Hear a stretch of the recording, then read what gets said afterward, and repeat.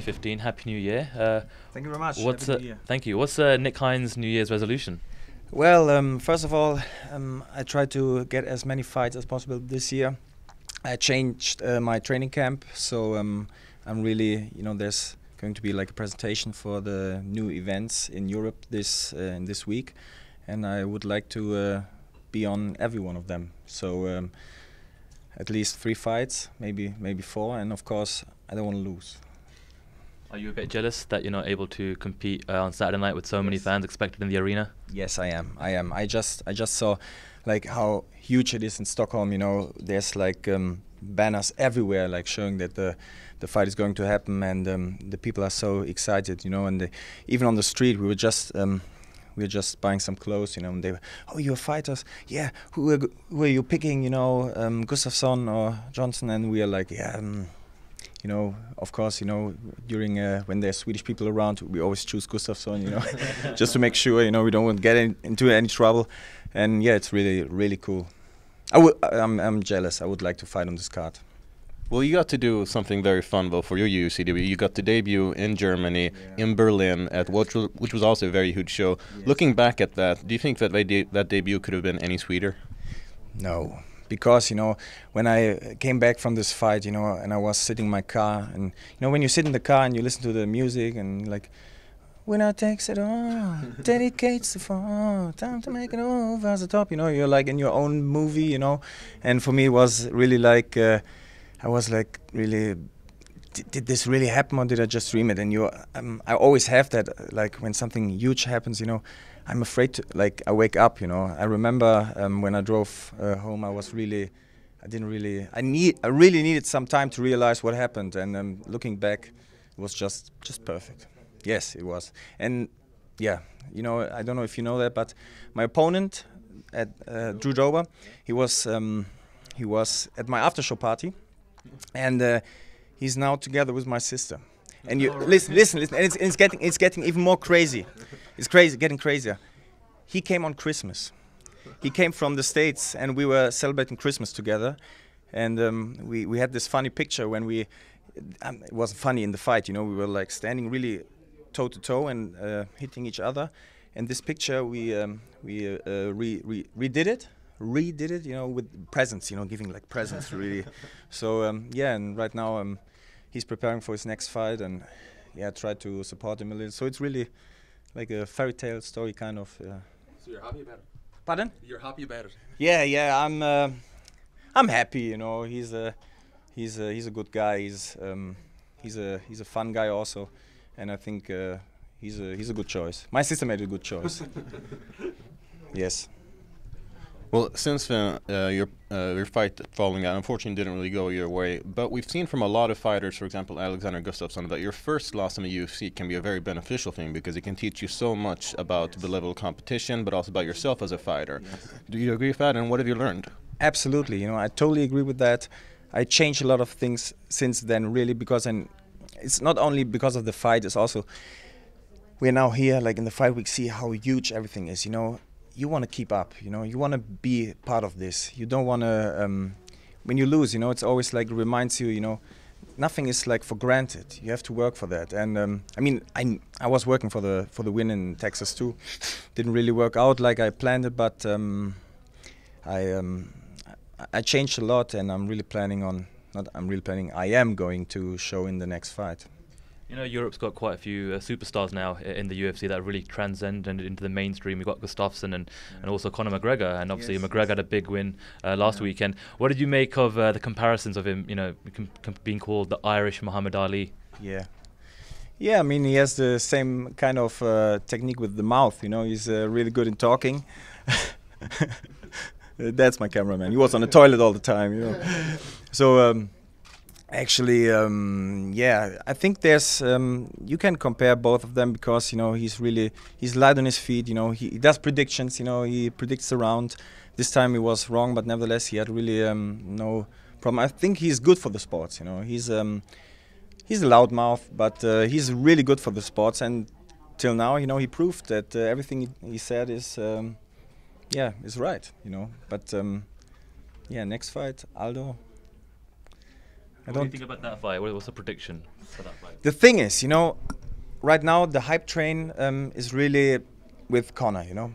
But did you see when Conor jumped over the fence and was facing Aldo? Did you see his laugh, Aldo's laugh? It was scary. He wasn't playing. He was like, this is really funny, you know. I'm enjoying my time. Funny Irishman, you know. It's like, you know, he didn't really even blink. I don't know. It's I think he's the champ for a reason. So I don't dare any predictions, but I'm pretty sure this is going to be one hell of a fight. Yeah. And for you as a fighter, obviously coming off that loss in Texas, you know, how much can you take from that? Of you know, learned a lot of things. Sometimes, obviously, people say, you know, a loss is more beneficial than a win at times. Yeah. So first of all, you know, there's losses and losses. You know, for me, it didn't really feel like I lost this fight. You know, I mean, at the end, you know, it's what stands on the paper, what counts. But I didn't really feel like I lost this one. But nevertheless, you know. And there's one saying, you know, everyone knows it, you know, you sometimes even get bored of it, you know, never leave it to the judges. And I think I really need to work on finishing opponents. I knocked him down twice in the first round, and I didn't finish it. So I have to work on this transmission, and yeah, I want to have my first knockout in the UFC, and I really, you know, we changed also the camp due to this aim. Yeah. Got the sentence. So did you reconsider maybe quitting other distractions and focusing only on MMA? I mean, distractions. In my preparation, yeah, I know. No. I think like in every preparation, I'm really focused. You know, I really blend out any distractions. But maybe it's not enough. I really think of changing the place and trying like a new start. I'm really excited because directly. Although I haven't got any fight announced yet, I'm already like starting my camp directly after Stockholm. So I'm really excited. I'm sitting on packed bags and getting ready for the fight preparation already. Can you tell us when you'd be ready to fight? If you can't tell us what fight. Yeah, I think in April I would be ready. In Poland, 11? Oh, is that the event in Poland? Krakow? Is it? Yeah. That would kind of fit, right? Yeah. It would be good. Yeah. John Błachowicz is also invited here as a guest. Yes. Yeah. I think it's coincidence. You know, it's I don't know. I believe so. He's a really good guy. And did some awesome mashed potatoes today in the cooking class. He did. He was off the hook. So it's our specialty, potatoes. Potatoes? Yeah. Yeah, it was the only meal that wasn't like failed. Like he said he can only cook water only. Yeah, but he did potatoes. The potatoes were awesome. I didn't try his water yet, but. Nick, since you last competed, there's a lot of big announcements made in the UFC, one of which is the signing of ex-WWE wrestler CM Punk. Yeah. He's going to be making his debut later on this year. What's your thoughts on, first of all, the signing and also the prospect of having someone come into the UFC, the highest level of MMA, without any pro MMA experience and competing here? Yeah. I mean, there's... like this medal has two sides, you know. On the one hand, you know, getting more attention to the UFC might be good, and I think this is what people think or thought when they signed him. But on the other hand, you know, I think it was Nate Diaz who made this comparison, and I think it perfectly fits. You know, you can't just go to the NBA and say, "Hey, let me play." You know, I mean, they will say, "Come on, I'm 170, you know, centimeters. You know, they say you can't even balance the ball. Get out of here." And this is the problem, you know. I mean, who's he going to fight, you know? And at the end, you know, I mean, I don't want to. At the end, you know, we have a second Brock Lesnar, and everyone is going to point at me and say, "Yeah, see what you said." So, I think. But the thing about Brock, though, Brock had a background coming in. CM Punk, Yeah, as that's true. I think he's a white belt in jiu-jitsu. Brock, you know, was a NCAA wrestler. So Why that's are the you saying difference. that now? I mean, you make me look stupid, you know. So would you consider this more as a freak fight or just MMA fight once he debuted? I never saw him. I never saw him train. I never saw him do like a real fight. So I think he doesn't have an NCAA. Is it NCAA? Yeah, In the wrestling background. So You train MMA 24/7, right? Yes, I do. He has just now started to train MMA 24/7. Okay, And let's bring it to the point. You know, I think it could be a freak show, and yeah, what should I say? I'm more excited about other fights actually. Yes. Picked Rufus Sport. What do you think about that as a choice for him? I don't know too much about this, you know. So yeah, I think Pettis is also training with him. Yeah, I read that, and some. it's like all the questions you say. I'm like, I don't really have an opinion on this one, because you know, for me there's really important stuff for me. You know what I mean? And yeah, we are going to see his debut. You know how he's going to come out. So let's see. Sticking on the theme of professional wrestling just for a second here, Brock Lesnar's contract with the WWE will be up at the end of March, and there's a lot of rumor and speculation about him potentially coming back to the UFC. So would you to be back? Would you like to see? Would you like to see him back in the UFC? Yes, of course. You know, he's entertaining. He's just a beast. You know, and it would be nice to see him back. You know, so yeah. This is really something I'm waiting for. So and I think you know, comebacks can really be really impressive. You know, he has had his time off, and yeah, I'm really waiting for this one. And Nick, speak about obviously the German MMA scene since the last show in Berlin. Has anything kicked on? Obviously, we've seen you know, there's been a TV deal signed with the UFC. They're going to be back this year. Yeah.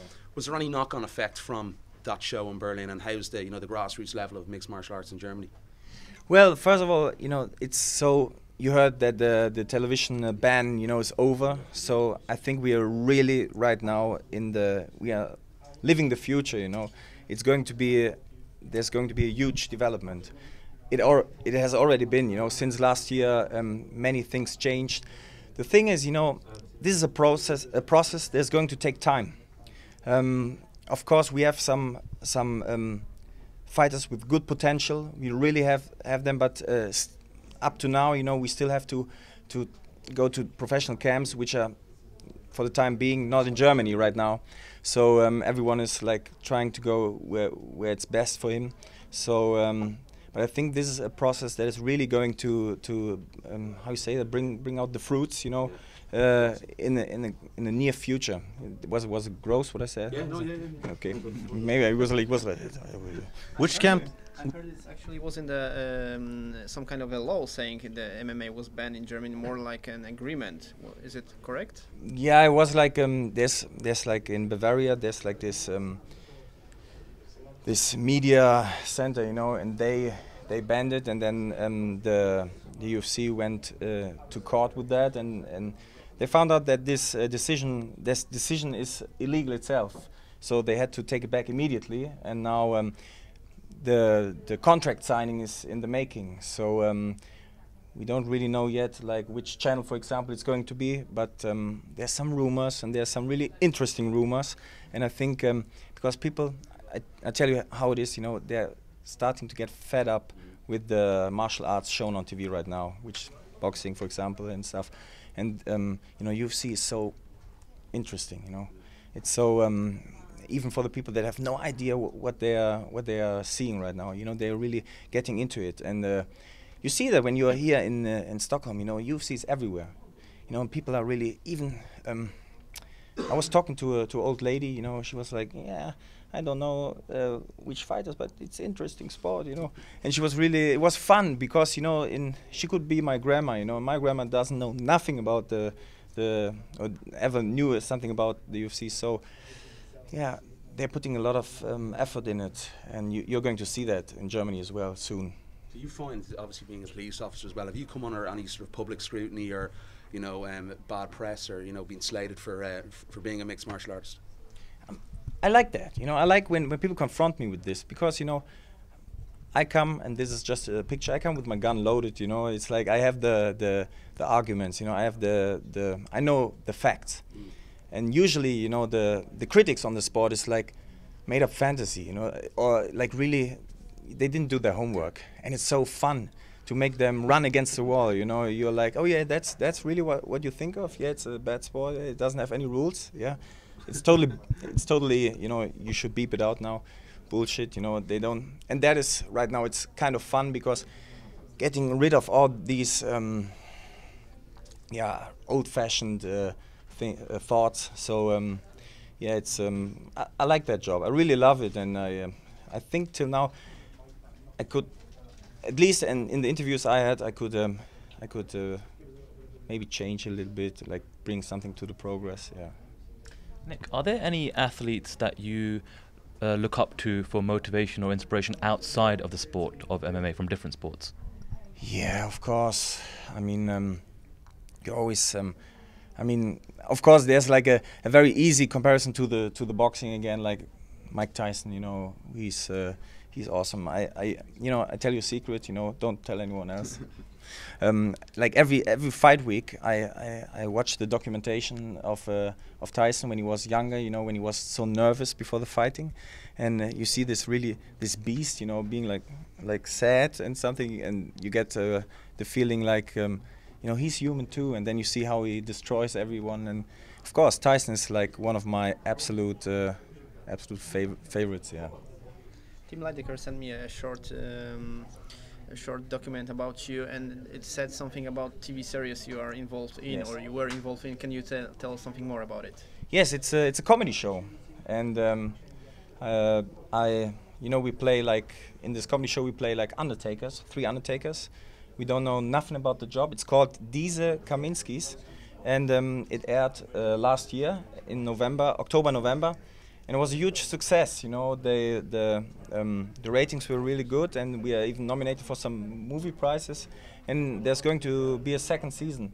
We don't know when it's yet. And I mean, till now, you know, there's some really exciting projects in the UFC like coming up now, like the European events. So I really am going to focus on this one. But yeah, wouldn't mind later when I have time, like to join in again. Yes, it's really funny. You should see it. You know, we have some version. We have subtitles. You know, yeah, it's a good promotion. You know, Any other? I'm going to send you one. Thank you. Any other projects like this you would like to get involved, maybe? Only right now training and fighting, because you know I'm really getting jealous. You know, you saw the huge banners outside and everyone is taking pictures with the banners. I want someday, you know, have a big banner with my face on it. You know, with the ears. Put a sticker on it. Yes, I already did. I painted my face on it. Was here. Yeah. Yes, I was here, Nick Hein. Yeah. Did you see it? No. Yeah. I will. I will Yes, look for I it. show you directly after.